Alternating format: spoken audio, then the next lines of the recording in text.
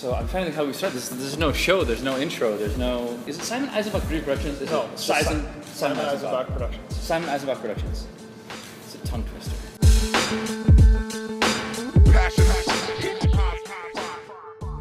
So first of all, who are you? What do you do for a living? I am Simon. I do mostly corporate video. I do basically a mix of corporate commercial video along with some humanitarian work on the side, mostly in developing countries around the world. So in addition to that, you have talked to us about this product you're developing, and I can't pretend to know exactly what it is. So why don't you just take us through 101? What is this product that you're developing? Why does it need to exist? Okay, so I'm developing a time-lapse jig, and what that is looking at the existing market for time-lapse motion control, I realized that there was no way to easily get a perfectly vertical movement without having some hob job, like really DIY looking thing, and I literally searched far and wide to try and find something, so I decided to make it. Right now I'm trying to get square one, getting a DSLR to go straight up and down, and then build off that as it goes. So right now, if I were to do a motion, so explain to us what a motion time lapse is. All right, and the camera moves from one end to the other and does whatever motion you want in between that, while capturing a still image over a time frame that you allot, and you get a nice looking time lapse with motion, usually in some form of horizontal track. Even if there is vertical, it still has some horizontal motion. So thinking like House of Cards intro, right? Yes. So if you've seen House of Cards, the intro to that's pretty much all motion. Is it pretty much all? It's a motion time lapse, Yes, right? Okay. it's actually all used with the same system I'm using. Oh, okay, cool. Yeah. So you're solving a problem in that it can't go vertical, which we're actually kind of doing a demo in the back, right? So why can't it go vertical?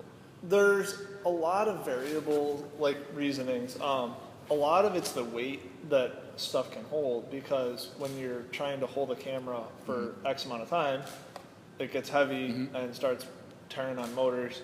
And also track length, because if you're backpacking somewhere in the woods, you're stuck with, you don't want to carry a ton of track on a slider. So your product though isn't the crane, it's not the motion controller, it's a thing, it's an attachment, right? Basically what I did is I took a camera crane from a company called Light Pro Gear, which makes ultra-light camera cranes for backpacking. Okay. And I took the motion control from Dynamic Perception and figured out a way to combine the two. Okay. Back in the summer of 2015, we started with this, which is like a particle board that's like a prototyping material of just trying to get a MVP, or minimum viable product. We wanted to see if this could actually happen in real life. Then, as I went to the next step, it was, all right, what do I need to do to have a durable product that someone can take anywhere with them? So I needed something that would be strong but lightweight, and really the only cost-effective thing I could think of was instantly aluminum. Yeah. So that was where we just kind of said, let's get a brick of aluminum and tool it, get it close, see what can happen, and it works, but it's heavy. Yeah, this is like, I think it's about 2 pounds. This is like a wrench. Yes, it's a wrench. Essentially a wrench. Yeah. But then after looking at that, looking at what the strength and such with the aluminum was, we went to our third, which is actually up on the time-lapse crane right now, and that went from about 2 pounds down to, I think it's like 0.8. Cool. So that's an order of magnitude. Yeah. It saves us a ton of material, it saves us a ton of weight. And essentially what I did is I created a system where instead of pulling on one end of the crane, I'm adjusting a fulcrum. Process in developing this, you worked a little bit with the Fab Lab, or was this 3D design, was this 3D print? This is a process for you. It was actually like, it went in reverse with a lot of things. I literally, with a guy named Brett Truitt, went to his shop and just cut this thing out. And we just What kind is of that said, made out of? Can I see? it's some form of like particle board. Oh, okay. And we just kind of hacked it together to see if we could make it work. Probably a month and a half ago, I finally put it in 3D. Okay. And then that was where we looked at it and said, okay, how can we reduce it? And that was me working with the Fab Lab at MVCC. Cool. And then when can I buy it? What's it going to cost, or do you not want to talk about that yet?